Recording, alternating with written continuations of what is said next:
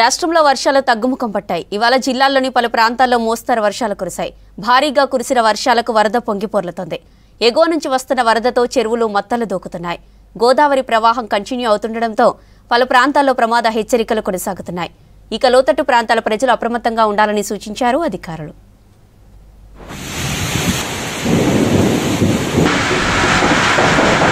వారం రోజులుగా కురిసిన వర్షాలు కాస్త తగ్గుముఖం పట్టాయి. ఇవాళ జిల్లాలోని పలు ప్రాంతాల్లో మోస్తరు వర్షాలు కురిశాయి. భారీగా కురిసిన వర్షాలకు వరద పొంగి పొర్లుతోంది.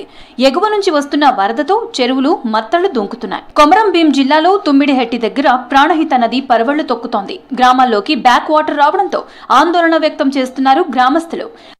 వరద నది ఫుల్ నిండి మన పత్తి పంటలు మన వరి మొత్తం నిండి మొత్తం ములిగి డాబా వచ్చి మొత్తం ములిగినాయి. మన ఊరు దగ్గరనే వస్తాయి. ఇట్లా పంట నష్టం అవుతున్నాయి. మాకు ప్రభుత్వం పంట నష్టం చెల్లించాలి. సంవత్సరం మాకు ఇట్లానే వస్తాయి, ఇట్లానే నష్టం అవుతాయి. మా ఊరు అంటే ఇక గంగాకి ఇక భయమే ఇక ఎప్పటికీ. ప్రతి సంవత్సరం వరద వస్తుంది ఇట్లానే. అయినా కూడా రైతులకు బాగా నష్టపరిహారం జరుగుతుంది. ఉన్న రైతులకి ఎంతమంది రైతులని మునిగిపోయిందో వాళ్ళని చూసుకొని నష్టపరిహారం గవర్నమెంట్ చెల్లించాలని దాదాపుగా వరద గంగా నది బాగాసారికి ప్రతి సంవత్సరం వస్తున్నది. ప్రతి రైతునికి బాగా నష్టం అవుతుంది. వరద గంగా నది ఊరు దగ్గరికి ఆల్రెడీ వచ్చి ఉంది ప్రస్తుతానికి. అయితే బాగా మందికి ఇల్లు దగ్గర ఉన్న వాళ్ళకు భయం అవుతుంది. అటు రామన్నగూడెం దగ్గర గోదావరి వరద ఉధృతి కాస్త తగ్గింది. రాష్ట్ర వ్యాప్తంగా వరదలు ఉధృతంగా ప్రవహిస్తుండటంతో ప్రాజెక్టులు నిండుకుండలా మారాయి.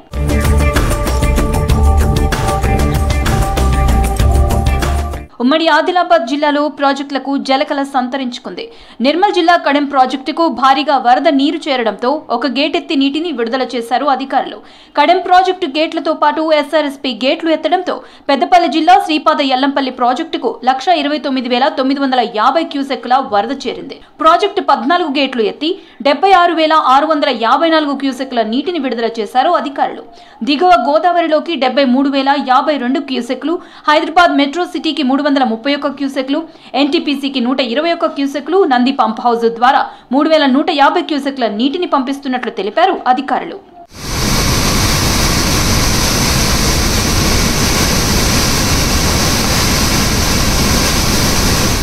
రాష్ట్రంలో వారం రోజులుగా కురుస్తున్న భారీ వర్షాలకు మహబూబ్ నగర్ జిల్లా జూరాల ప్రాజెక్టుకు వరద పోటెత్తుతోంది. 3,60,000 క్యూసెక్ల వరద నీరు వచ్చి చేరుతోంది. ప్రాజెక్టు 44 గేట్లు ఎత్తి 3,59,794 క్యూసెక్ల నీరు విడుదల చేశారు. జూరాలతో పాటు సుంకేసుల ప్రాజెక్టు నుంచి శ్రీశైలం ప్రాజెక్టుకు భారీగా వరద పోటెత్తింది. దీంతో 10 గేట్లు 18 అడుగుల వరకు ఎత్తి 4,83,540 క్యూసెక్ల నీటిని నాగార్జున సాగర్ కి విడుదల చేశారు ఇరిగేషన్ అధికారులు. కుడి ఎడమ జల విద్యుత్ కేంద్రాల్లో విద్యుత్ ఉత్పత్తి కొనసాగుతున్నట్లు తెలిపారు.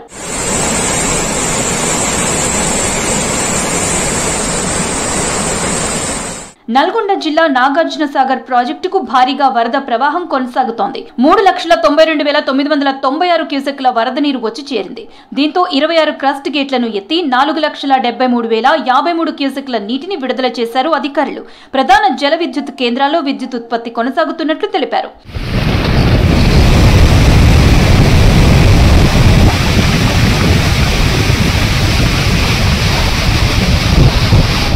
వారం రోజులుగా కురుస్తున్న వర్షాలకు ప్రాజెక్టులు నిండు కుండలా మారాయి. సంగారెడ్డి జిల్లా సింగూరు ప్రాజెక్టుకు వరద చేరింది. 5 గేట్లు 2 మీటర్లు ఎత్తి 40,821 క్యూసెక్కుల నీటిని, జెన్కో ద్వారా 2,056 క్యూసెక్కుల నీటిని దిగువకు విడుదల చేశారు అధికారులు.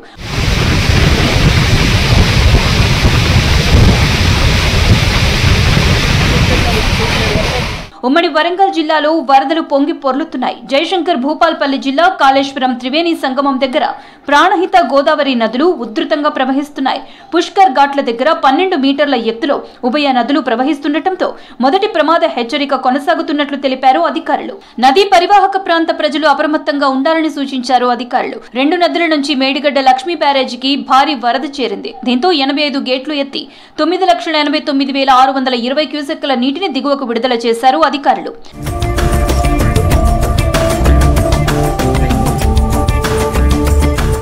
రాష్ట్రంలో వర్షాలు తగ్గుముఖం పట్టినప్పటికీ వరద ప్రభావం తీవ్రంగా ఉన్నట్లు తెలిపారు అధికారులు. గోదావరి పరవళ్లతో ప్రాజెక్టులోకి భారీగా వరద చేరినట్లు చెప్పారు. ఎప్పటికప్పుడు వరద ఉధృతిని పర్యవేక్షిస్తున్నట్లు తెలిపారు అధికారులు. లోతట్టు ముంపు గ్రామాల ప్రజలు అప్రమత్తంగా ఉండాలన్నారు.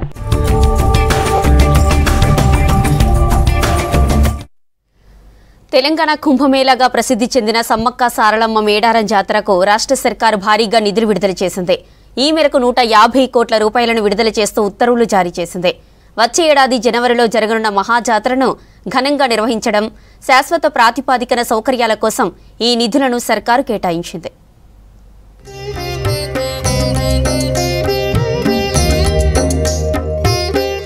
ములుగు జిల్లా సమ్మక్క సారలమ్మ తాడ్వాయి మండలంలోని మేడారంలో ప్రతి 2 ఏళ్లకొకసారి పెద్ద జాతర చాలా ఘనంగా జరుగుతోంది.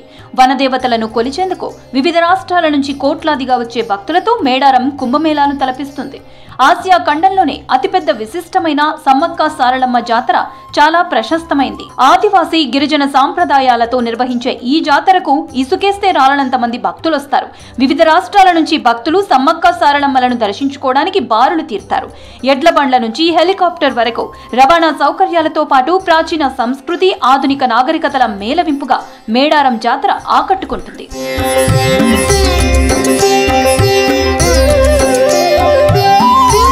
వైభవంగా 2026 జనవరి 28 నుంచి 31 వరకు 4 రోజుల పాటు జాతర ఘనంగా జరుగుతుంది.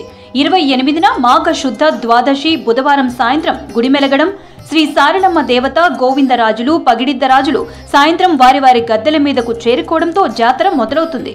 29న సాయంత్రం సమ్మక్క దేవత గద్దె మీదకు చేరుకోవడంతో జాతర పీక్ స్టేజ్ కి చేరుతోంది. 30న సమ్మక్క సారలమ్మ దేవతలు గద్దెలపై కొలువై ఉంటారు. ఆ రోజు లక్షల మంది భక్తులు అమ్మవార్లను దర్శించుకుని మొక్కులు చెల్లించుకుంటారు. 4వ రోజు 31న సమ్మక్క సారలమ్మ దేవతలు, గోవిందరాజులు, పగిడిద్దరాజు దేవుళ్లు వన ప్రవేశం చేస్తారు. ఫిబ్రవరి 4న తిరుగువారం పండగతో పెద్ద జాతర ముగుస్తుంది.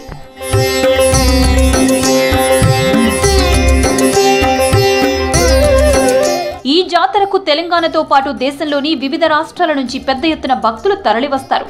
సుమారు 1,50,00,000 వరకు ఈసారి వచ్చే జాతరకు వస్తారని అంచనా వేస్తున్నారు అధికారులు. 2024లో జరిగిన జాతరకు 1,20,00,000 వరకు భక్తులు తరలి వచ్చారు. ఇలా వచ్చే భక్తుల సౌకర్యాల కోసం ప్రత్యేక ఏర్పాట్లు చేస్తారు. అయితే ఈసారి ప్రభుత్వం మేడారంపై ప్రత్యేక దృష్టి పెట్టింది. స్థానిక ఎమ్మెల్యేనే మంత్రి కావడంతో జాతరకు కలిసొచ్చింది. ఈ క్రమంలో సీతక్క చొరవతో ఈసారి భారీగా నిధులను సర్కార్ విడుదల చేసింది.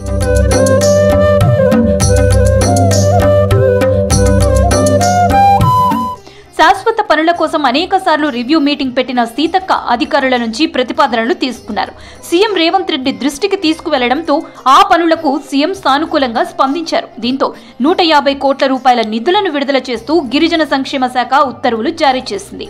జాతరలో సివిల్ వర్క్స్ కోసం పంచాయతీ శాఖకు 51 కోట్లు, రహదారులు భవనాల శాఖకు 9.95 కోట్లు, ఇరిగేషన్ కు 5.9 కోట్లు, ట్రైబల్ వెల్ఫేర్ ఇంజనీరింగ్ డిపార్ట్మెంట్ కి 8.57 కోట్లు, RWS శానిటేషన్ కోసం 15.15 కోట్ల చొప్పున మొత్తం 90.87 కోట్లు కేటాయించారు. ఇక నాన్ సివిల్ వర్క్స్ కోసం వివిధ శాఖలకు 59.13 కోట్ల రూపాయల నిధులను కేటాయిస్తూ ఉత్తర్వులు జారీ చేశారు.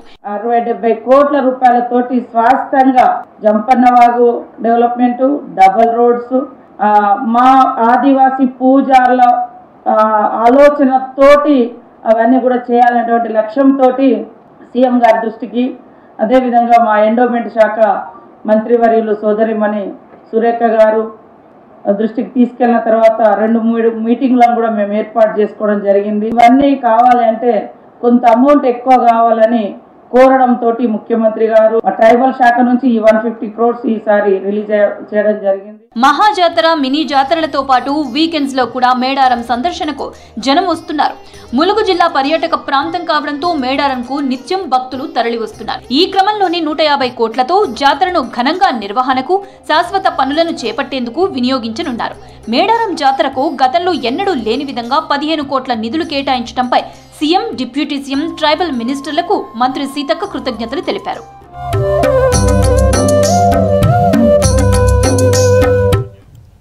పాలమూరు అరుదైన పుట్టగొడుగులకు కేంద్రంగా మారింది.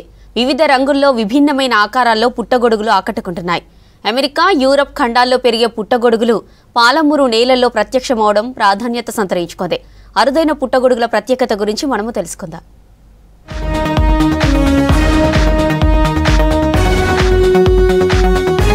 మహబూబ్ నగర్ జిల్లా కేంద్రం ఎంవీఎస్ ప్రభుత్వ కళాశాల ప్రాంగణం అరుదైన పుట్టగొడుగులకు నిలయంగా మారింది.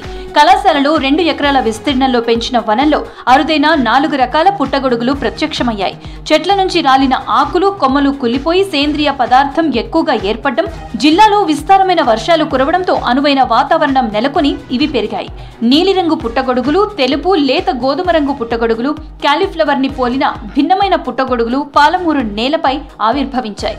వాతావరణ పరిస్థితులు, జీవ వైవిధ్యంలో భాగంగా ఈ పుట్టగొడుగులు పెరిగాయని కళాశాల వృక్షశాస్త్ర సహాయ ఆచార్యుడు కంటే హరిప్రసాద్ చెప్తున్నారు. ఈ 4 రకాలు తినదగినవి కావని వీటిపై అధ్యయనం చేస్తున్నామన్నారు. నీలిరంగు పుట్టగొడుగుకు సైంటిఫిక్ నేమ్ ఎంటలోమా ప్రజాతి. దీనిని నీలిరంగు పుట్టగొడుగు అని కూడా అంటారు. దీనిలో అజులిన్ వర్ణ ద్రవం ఉంటుంది. ఇవి ఎక్కువగా ఆగ్నేయ ఆసియా, శ్రీలంక, న్యూజిలాండ్ తదితర ప్రాంతాల్లో దర్శనమిస్తాయి. న్యూజిలాండ్ దేశంలో జీవ వైవిధ్యానికి ప్రతీకగా వారి $50పై దీని బొమ్మ ముద్రించారు. అంతటి ప్రత్యేకత నీలిరంగు పుట్టగొడుగులో ఉంది. మరో పుట్టగొడుగు స్టింక్ హార్న్. ఈ శిలీంధ్రం ఫాలస్ ప్రజాతికి చెందింది. దీనిపై ప్రత్యేక ఆకారంలో మ్యూకస్ ఉండటంతో ఆకర్షణీయంగా ఉంటుంది. కుళ్ళిన మాంసం వాసన వెదజల్లుతూ ఉంటుంది. ఆఫ్రికా, దక్షిణ అమెరికా, మధ్య అమెరికా, ఆసియా ఖండాల్లో ఈ జాతులు కనిపిస్తాయి. క్యాన్సర్ వ్యాధి నిరోధక లక్షణాలు వీటిల్లో ఉంటాయి. మూడోది కాలీఫ్లవర్ పుట్టగొడుగు. దీని శాస్త్రీయ నామం పోడోసైఫా పెటలోడన్. ఇది పూల రేకుల్లా విచ్చుకుని ఉంటుంది. తెలుపు లేత గోధుమ రంగులో కనిపిస్తాయి. దీన్ని రోసెట్ ఫంగస్ అంటారు. న్యూజిలాండ్, పాకిస్తాన్ లో పెరుగుతాయి. ఈ పుట్టగొడుగు యాంటీవైరల్ ప్రభావం చూపుతుంది. డెడ్ మ్యాన్స్ ఫింగర్, జైలేరియా స్పీసీస్, ఇవన్నీ కూడా ఇక్కడ దొరకడం మాకు అంటే తెలంగాణ ప్రజలకు ఈ మహబూబ్నగర్ ప్రాంతంలో వీటిని చూడడానికి అవకాశం కలిగిందని చెప్పవచ్చు. పోషకాలను భూమిలోకి పునఃచక్రీయం చేస్తాయి. కాబట్టి ఈ పుట్టగొడుగులను మనం ఏం చెప్పొచ్చు అంటే ప్రకృతి పారిశుద్ధ పనివారని కూడా చెప్పొచ్చు. ఈ పుట్టగొడుగులు పర్యావరణానికి, జీవ వైవిధ్యానికి చాలా ప్రాముఖ్యమైనవని చెప్పవచ్చు. ఈ పుట్టగొడుగులు అన్నీ కూడా తినేవి కావు. ఇక్కడ మనకు కనిపించినవన్నీ కూడా విషపూరితాలు ఉంటాయి. కాబట్టి ఇవి తినడానికి పనికి వస్తాయని చెప్పడానికి వీలు లేదు. కొన్ని అరుదైన పుట్టగొడుగులు మాకు కనబడ్డాయి. తర్వాత అవి సార్ తీసుకొని నెక్స్ట్ తరాలకు దానిపైన రీసెర్చ్ చేయడానికి మాకు కొంచెం అవగాహన కల్పిస్తున్నాడు. దానికి మేము ఎంతో ఇప్పటికీ 4-5 రకాలు కనబడ్డాయి. కానీ మిగతావన్నీ కామన్ స్పీసీస్ కనబడ్డాయి. కానీ ఇవి మాత్రం ఒక 4-5 టైప్స్ మాత్రం రేర్ స్పీసీస్ కనపడ్డాయి. అందులో ఈ కోరల్ మష్రూమ్ ఒకటి, తర్వాత ఎంటోలోమా అనే ఒక మష్రూమ్ ఒకటి, తర్వాత స్టింగ్ హార్న్ అనే ఒక మష్రూమ్ ఒకటి. ఇవన్నీ బాగా రేర్గా కనబడే మష్రూమ్స్ కాబట్టి మాకు అవగాహన కల్పించడానికి బయటికి తీసుకొచ్చింది సార్. ఇది ఎక్కువ నల్లమల్ల ఫారెస్ట్లో కానీ లేకపోతే మన కాలేజ్ దగ్గరలో ఉంది కాబట్టి మనకు ఇక్కడ బయోడైవర్సిటీ ఉన్నందుకు ఇక్కడ మనకు అట్లాంటి స్పీసీస్ కనబడుతున్నాయి. పుట్టగొడుగులో పోషకాలతో పాటు యాంటీ ఆక్సిడెంట్లు, ప్రోటీన్లు ఎక్కువగా ఉంటాయి. అందుకే ఆహార ప్రియులు, ప్రత్యేకించి వెజిటేరియన్స్ అమితంగా ఇష్టపడతారు. వీటిలో అనేక రుగ్మతలను, అనారోగ్య సమస్యలకు పుట్టగొడుగులు మెడిసిన్లా పనిచేస్తాయి. అయితే అన్ని పుట్టగొడుగులు తినదగినవి కాదంటున్నారు శాస్త్రవేత్తలు. విషపూరితమైన పుట్టగొడుగులు కూడా ఉన్నాయని, ఆహారంగా తీసుకునే ముందు తగిన జాగ్రత్తలు తీసుకోవాలని సూచిస్తున్నారు.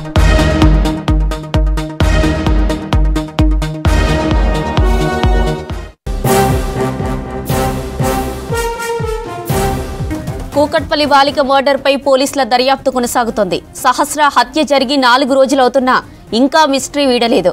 సహస్రను హత్య చేసింది ఎవరు, ఎందుకోసం మర్డర్ చేశారనే దానిపై 5 స్పెషల్ టీమ్స్ ఎంక్వైరీ చేస్తున్నాయి. సుమారు 7 గంటలుగా బాలిక తల్లిదండ్రుల నుంచి వివరాలను సేకరిస్తున్నారు పోలీసులు. ఫ్యామిలీ హిస్టరీ, గతంలో ఎవరితోనైనా గొడవలుండేనా, పాత కక్షలు, కుటుంబ కలహాలపై ఆరా తీస్తున్నారు. బాలిక మర్డర్లో 3వ వ్యక్తి వచ్చినట్లు ఎక్కడా క్లూ దొరకలేదు. సహస్రను హత్య చేసింది ఎవరో తెలుసుకునేందుకు సమీపంలోని కుటుంబాలను ప్రశ్నిస్తున్నారు పోలీసులు. రైట్, ఇక ఇదే అంశానికి సంబంధించిన మరిన్ని అప్డేట్స్ అజయ్ లైవ్లో అందిస్తారు. అజయ్, డీటెయిల్స్ ఏంటి?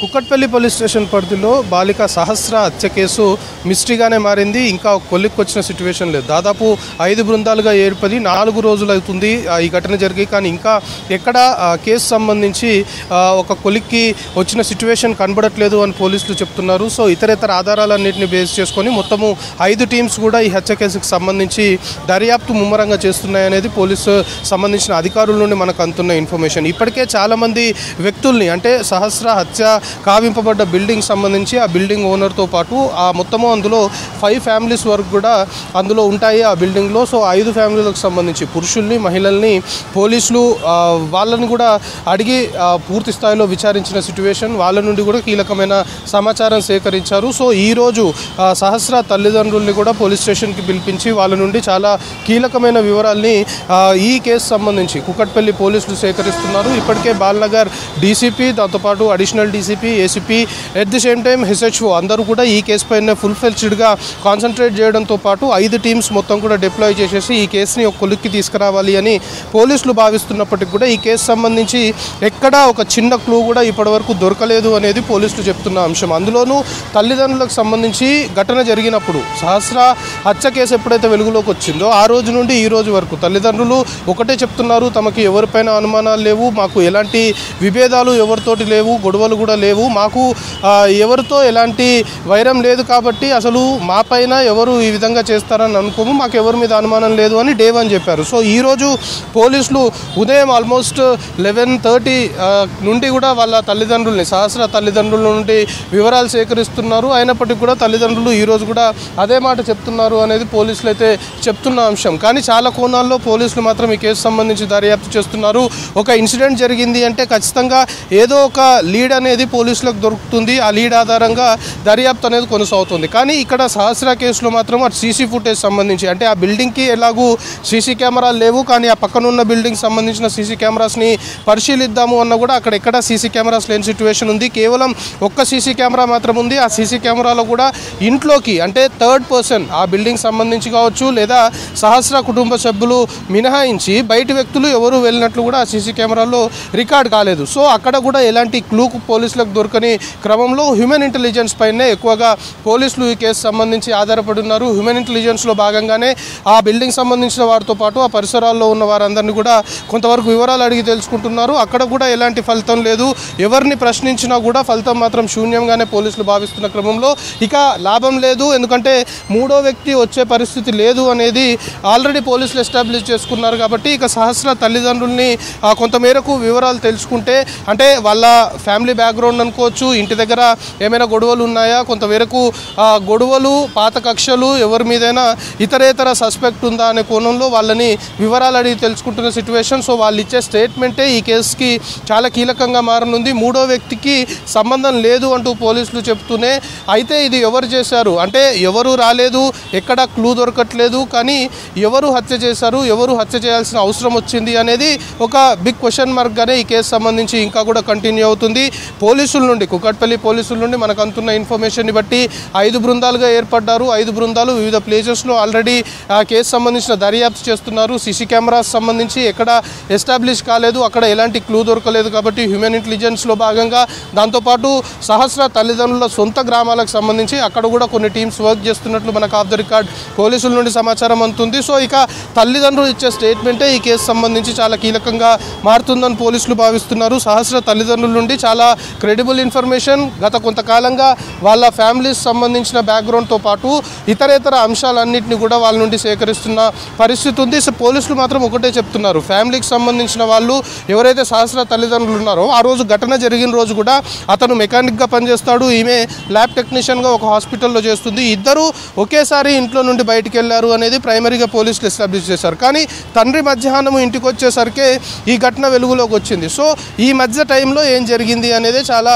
కీలకంగా మారింది. సో ఆ మధ్య టైం సంబంధించిన సీసీ ఫుటేజ్ ఏదైతే ఉందో అందులో కూడా ఇంట్లోకి బయట వాళ్ళు ఎవరు వెళ్ళినట్లు కూడా ఎక్కడ రికార్డ్ కాలేదు, అలాంటి క్లూ ఏది లభ్యం కాకపోవడంతో ఇటీవల కాలంలో పోలీసులు కూడా చెప్తున్నారు ఒక మిస్టరీగా మారిపోయింది ఈ కేసు. ఎంత పెద్ద కేసునైనా ఒక చిన్న క్లూతో ఛేదిస్తాం, కానీ ఈ కేసులో ఎక్కడ ఒక్క క్లూ దొరకకుండా కూడా నిందితులు జాగ్రత్త పడ్డారు. సో ఇందులో ఎవరు హత్య చేశారు, ఏం జరిగింది అనేది కూడా ఎక్కడ ఎస్టాబ్లిష్ చేయలేని సిచ్యువేషన్ ఉంది. కేసు మాత్రం స్తబ్దుగా ఎక్కడ ఉందో అక్కడే వేసిన గొంగడి మాదిరిగానే కేసు సంబంధించిన దర్యాప్తు కొనసాగుతుంది అనేది మాత్రం ప్రస్తుతం మనకి అందుతున్న అంశము. ఇక పోస్ట్మార్టం రిపోర్ట్ సంబంధించి కూడా చాలా అనుమానాలు ఉండే, కానీ పోలీసుల నుండి ఆఫ్ ద రికార్డ్ మనకు అందుతున్న క్రెడిబుల్ ఇన్ఫర్మేషన్ని బట్టి పోస్ట్మార్టం సహస్రకు సంబంధించిన పోస్ట్మార్టం రిపోర్ట్లో కూడా స్టాబింగ్స్తోనే చనిపోయింది అనేది చాలా క్లియర్గా ఉంది. కాబట్టి ఇంత క్రూరంగా ఎవరు హత్య చేయాల్సిన అవసరం వచ్చింది అనేది మాత్రం ఎక్కడ ఎస్టాబ్లిష్ కాని పరిస్థితి. సో 5 టీమ్స్ అయితే పనిచేస్తున్నాయి. సహస్ర సహస్ర పేరెంట్స్ ప్రస్తుతం పోలీస్ స్టేషన్లో కుక్కట్పల్లి పోలీస్ స్టేషన్లో ఉన్నారు. దాదాపు 7 గంటలకు పైగా కూడా వాళ్ళ నుండి వివరాలు సేకరిస్తున్నారు. వాళ్ళకి సంబంధించి వాళ్ళు ఏ విధమైన స్టేట్మెంట్ ఇస్తారు అనేది కూడా చూడాల్సి ఉంది. సో అనుమానితుల్ని క్వశ్చన్ చేశారు. అనుమానితుల నుండి వివరాలు తీసుకున్నప్పటికీ కూడా లాభం లేదు అనేది పోలీసులు భావిస్తున్నారు. ఇక ఫైనల్గా సహస్రకు సంబంధించిన పేరెంట్స్ నుండి చాలా కీలకమైన వివరాలని సేకరిస్తున్నారు. సో ఈరోజు మనకి పోలీసుల నుండి అందుతున్న ఇన్ఫర్మేషన్ని బట్టి కొంతసేపటి తర్వాత వీళ్ళని ఇంటికి పంపించి వేసి, కానీ ఎప్పుడు అవసరం అనుకుంటే కేసు దర్యాప్తులో భాగంగా ఎప్పుడు పిలిచినా కూడా రావాలి అంటూ సహస్ర పేరెంట్స్కి పోలీసులు చెప్పే అవకాశం ఉంది. సో మొత్తానికి సహస్ర మర్డర్ మిస్టరీ మాత్రం ఇంకా వీడలేదు. ఇంకా ఏం జరిగింది, ఎవరు చంపారు, అలా చంపాల్సిన అవసరం ఎవరికి వచ్చింది అనే కోణంలో వివిధ యాంగిల్స్లో ఇప్పటికే పోలీసులు అయితే పూర్తి స్థాయిలో ఇన్డెప్త్ దర్యాప్తు చేస్తున్నప్పటికీ కూడా కేసు ఇంకా కొలిక్కి రాలేదు. దర్యాప్తు అయితే కొనసాగుతుంది అనేది పోలీసుల నుండి మనకు అందుతున్న ఇన్ఫర్మేషన్. జ్యోతి. రైట్ అజయ్.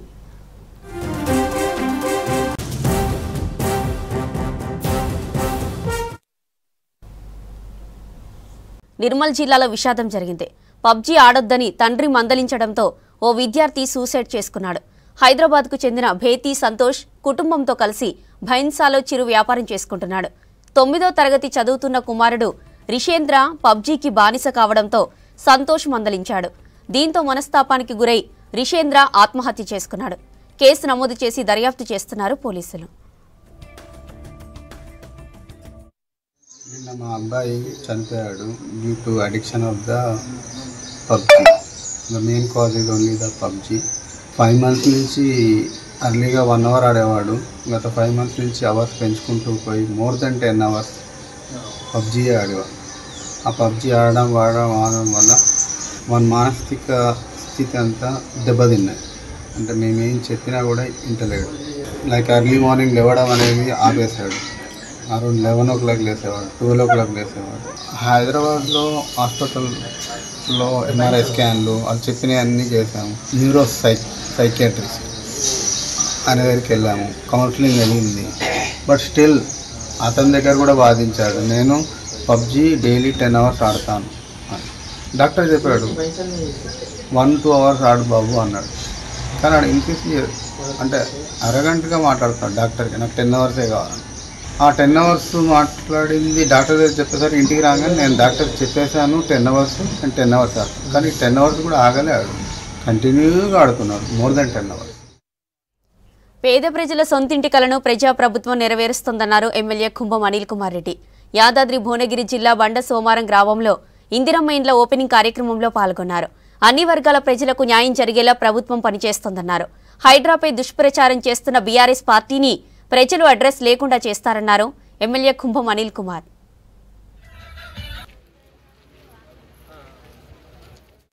అంటే ప్రభుత్వం ఇచ్చిన పైసలు కొన్ని జమ చేసి చేస్తుంది. సరే లేని వాళ్ళు ఉన్న దాంట్లో కూడా 5 లక్షలు మంచిగా వస్తున్నాయి. సో ఇది నిజంగా చాలా సంతోషం. ఈ మధ్యకాలంలో మనకు రేషన్ కార్డులు వచ్చినాయి, సన్న బియ్యం వచ్చినాయి.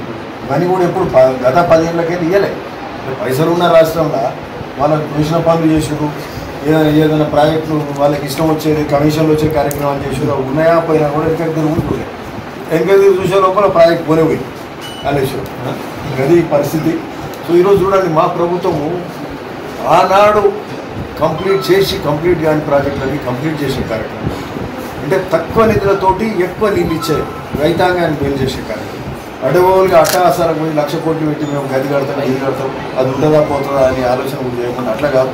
ఈరోజు మిగిలిపోయిన ప్రాజెక్టులు తక్కువ నిధులతోటి అటు మహబూబ్నగర్ దిక్కు, రెట్టంపాడు కానీ, నీవా కానీ, కోయిల్ సాగర్ కానీ, ఇటు నల్గొండ దిక్కు ఇది మనము ఉదయ సముద్రం కానీ, మా ఎస్ఎల్బిసి టనల్ కానీ, ఇట్లాంటి వాటి మీద ప్రత్యేకమైన శ్రద్ధ ఉత్తమ్ కుమార్ గారు పెడుతుంది. వెంకటరెడ్డి సినిమా ఇల్లు ఇచ్చే కార్యక్రమం చేస్తుంది.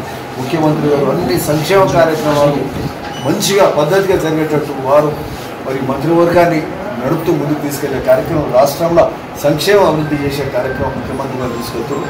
అందులో భాగంగా మేము ఇక్కడ ఎమ్మెల్యేగా ఈ సందర్భంగా నాడు రాజశేఖర డ్యాంలో స్వర్ణయుగం అంటారు, ఏదంటే అది జరిగింది. ఇప్పుడు మనకు అట్లనే జరుగుతుంది. ఈరోజు ఇప్పుడే చూస్తున్నాం, ఇక్కడ వీడికెళ్ళి వీరవెల్లి పోయే రోడ్డు 2.5 కోట్ల 10 లక్షలు పంచాయతీ సీతక్క గారు ఇచ్చారు. ఓకే, బండేశ్వరం నుంచి కంచనపల్లి రోడ్ అవుతుంది. వీళ్ళ అదృష్టం అన్నీ ఈడ రోడ్లు వీళ్ళు అన్నీ అయిపోతున్నాయి కదా. సో ఇన్ని అంశాలు జరుగుతున్నాయి. మాకు సంబంధించిన సాగునీరు కాలువలు బునియాది కానీ పిలైపల్లి ధర్మాడి కాలువలు ఈడ బునియాది కానీ కాలువ ఈ ప్రాంతాన్ని మేలు చేస్తుంది. కొండసోమరం కానీ ఇటు గౌస్ నగర్ కానీ ఇటు నవాజ్గోలి కానీ ఈ గ్రామాలన్నిటికీ మరి 100 కోట్లు పెట్టి ఈ పనులు కూడా వర్క్ అవుతున్నాయి. అంటే ఏది వదిలిపెట్టకుండా అప్పుల రాష్ట్రంగా నిలిస్తే కూడా అంతకు ముందున్న ప్రభుత్వం ఈరోజు అన్ని కార్యక్రమాలు చేసుకుంటూ ముందుకు పోతున్నాం. రోజు పెన్షన్లు, సన్న బియ్యం, రేషన్ కార్డు, రైతు రుణమాఫీ మరి ఇట్లాంటివన్నీ జరుగుతున్న సందర్భంగా చాలా సంతోషం. మరి ఈరోజు మేము ఒక్కటే అడుగుతున్నాం, ఈ ప్రాంత మా అందరినీ ఈ గ్రామస్తులుగా చుట్టూ అందరినీ కూడా మా సహచర మిత్రులు కూడా ఉన్నారు. పట్టణాల్లో నివసించే పేద మధ్యతరగతి కుటుంబాలకు ఇల్లుంటే ఎంతో భరోసా. చాలీ చాలని వేతనాలతో ఇంటి అద్దెలు చెల్లించలేక మధ్యతరగతి ప్రజలు బాధపడుతుంటే అసలు నిలువ నీడలేక గుడిసెల్లో ఇరుకు గదుల్లో ఉండే నిరుపేదలు ఎందరో ఉంటారు. అలాంటి వారికి డబుల్ బెడ్రూమ్ ఇల్లు ఇస్తామన్న గత సర్కార్ హామీని ప్రస్తుత కాంగ్రెస్ ప్రభుత్వం నిజం చేసేందుకు సిద్ధమవుతుంది. చింతకుంట దగ్గర 660 ఇండ్లు గతంలోనే పూర్తి కాగా ఆ ఇండ్లను పంపిణీ చేయాలని సర్కారు ఆదేశించింది.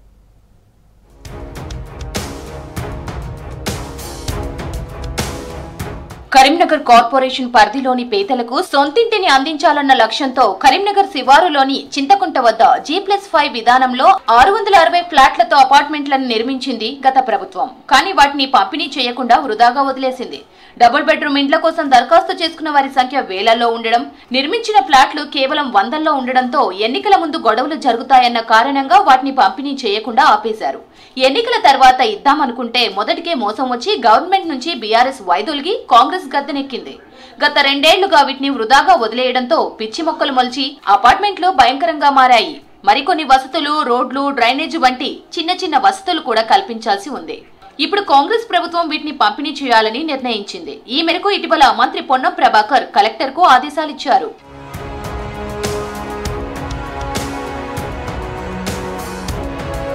పేద ప్రజలు ఆత్మ గౌరవంగా నివసించేలా డబుల్ బెడ్రూమ్ ఇళ్లు నిర్మిస్తామని అప్పటి సీఎం కేసీఆర్ హామీ కరీంనగర్ జిల్లాలో అమలైంది పిసిరంతా, కావాల్సింది కొండంతా అన్నట్లుగా మారింది. మంజూరైన ఇళ్లకు, నిర్మాణాలు పూర్తయిన గృహాల లెక్కకు మధ్య రేషియో తీసుకుంటే 100కి 10 ఇళ్లు కూడా పూర్తి కాలేదు.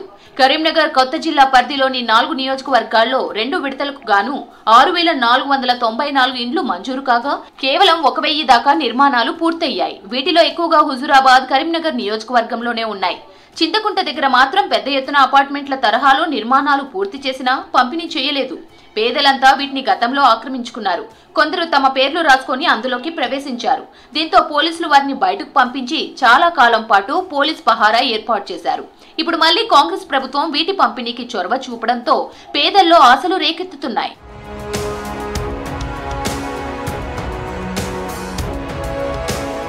కరీంనగర్ నగర పరిధిలో వివిధ పనుల కోసం చుట్టుపక్కల నుంచి వచ్చి జీవించే వలస ప్రజలతో పాటు ప్రైవేట్ సంస్థల్లో, దుకాణాల్లో, ప్రైవేట్ స్కూళ్లలో పనిచేసే అనేక మంది భారమైన అద్దె ఇళ్లలో నివసిస్తుంటారు. ఇలాంటి వారంతా ప్రభుత్వం ఇస్తామన్న డబుల్ బెడ్రూమ్ ఇళ్ల కోసం కళ్లు కాయలు కాచేలా ఎదురు చూస్తున్నారు. కాంగ్రెస్ అధికారంలోకి వచ్చాక ఇందిరమ్మ ఇండ్ల స్కీమ్ ను తెచ్చి పెద్ద ఎత్తున లబ్ధిదారులకు ఆర్థిక సహాయం అందిస్తోంది. అయితే మొదటి దశలో కేవలం సొంత స్థలాలున్న వారికి మాత్రమే సహాయం అందిస్తుండగా స్థలం లేని నిరుపేదల ఇంటి కలను నిజం చేసేందుకు గతంలో నిర్మించిన డబుల్ బెడ్రూమ్ ఇండ్లను ఇచ్చేలా కసరత్తు చేస్తోంది. అందులో భాగంగానే చింతకుంట అపార్ట్మెంట్లోని ప్లాట్లను పంపిణీ చేయనున్నారు.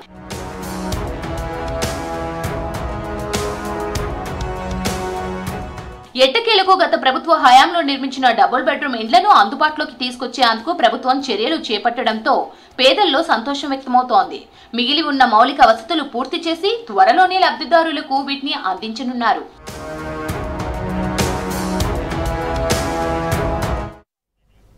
గ్రామ పంచాయతీల్లో ఓటర్ జాబితా తయారీ కోసం అధికార యంత్రాంగం కసరత్తు మొదలుపెట్టింది. ఇప్పటివరకు ఎంపీడీఓ లాగిన్ ద్వారా జరిగే ఈ ప్రక్రియ ఇకపై నేరుగా గ్రామ పంచాయతీ లాగిన్తోనే కొనసాగనుంది. నల్గొండ జిల్లా వ్యాప్తంగా 869 పంచాయతీలు, 7494 వార్డులుండగా 10,53,920 మంది ఓటర్ల పేర్లు కొత్త జాబితాలు చేరుతున్నాయి. ఈ జాబితానే రాబోయే స్థానిక సంస్థల ఎన్నికలకు బేస్ అవనుంది.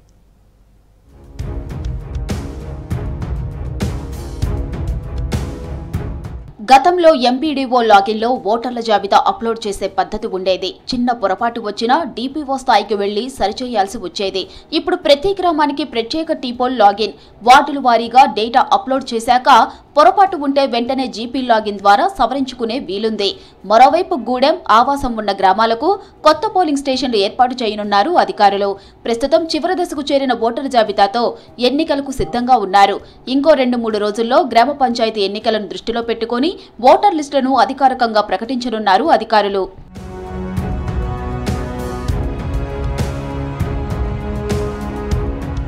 జిల్లా వ్యాప్తంగా పంచాయతీ కార్యదర్శులు 20 రోజులుగా రాత్రింబవళ్లు పనిచేసి జాబితా అప్లోడ్ చేశారు. ఇక కొత్త జాబితా, కొత్త విధానం, స్పష్టమైన ఓటర్ల వివరాలతో స్థానిక సంస్థల ఎన్నికలు జరగనున్నాయని గుర్తు చేస్తున్నారు పంచాయతీరాజ్ శాఖ ఉన్నత స్థాయి అధికారులు. మొన్నటి వరకు లిస్టుల్లో తప్పులు ఉన్నాయని, ఫిర్యాదులతో కొంత సవరణ ఇబ్బందికరంగా ఉండేదని, ఇప్పుడు ఆ పరిస్థితి లేకుండా చూసుకుంటున్నామని గుర్తు చేశారు. పోలింగ్ స్టేషన్లో, అసెంబ్లీ పోలింగ్ స్టేషన్లో అందరినీ గ్రామ పంచాయతీ పరిధిలో వార్డు వైజ్గా ఇంటి నెంబర్ ప్రకారం తీసుకొచ్చి పంచాయతీ లాగిన్లో చేయడం జరిగింది. ఈ పంచాయతీ లాగిన్ చేసిన తదుపరి మళ్ళీ మండల పరిషత్ డెవలప్మెంట్ ఆఫీసర్ దానికి సంబంధించిన వాళ్ళు వెరిఫై చేసి ఇది కరెక్ట్ చేసారా లేదని వార్డు వైజ్ ప్రిపరేషన్ చేయడం జరుగుతుంది గ్రామ పంచాయతీ ఎలక్ట్రోల్స్ని. ఈ గ్రామ పంచాయతీ ఎలక్ట్రోల్స్ ప్రిపేర్ చేసిన తర్వాత డిస్ట్రిక్ట్ పంచాయతీ ఆఫీసర్ లాగిన్కి వస్తుంది. ఆ డిస్ట్రిక్ట్ పంచాయతీ ఆఫీసర్ లాగిన్ వచ్చినప్పుడు టోటల్గా వాళ్ళు చేసిన దానికి కరెక్ట్ ఉన్నాయి లేవని సరిచూసుకొని మేము ఇక్కడ ఎనేబుల్ చేసుకున్న తర్వాత అక్కడ ఎంపీడీ లాగిన్లో డిజేబుల్డ్ అవుతుంది. ఇంకా దానికి మార్పులు చేర్పు అనేది కుదురుతుంది. ఫైనల్గా డిపి లాగిన్లో ఎనేబుల్ చేయడం జరుగుతుంది. స్థానిక సంస్థలకు సంబంధించి ఎన్నికలు ఏ సమయంలో పెట్టినా టీం సిద్ధంగా ఉందని తెలిపారు పంచాయతీరాజ్ అధికారులు.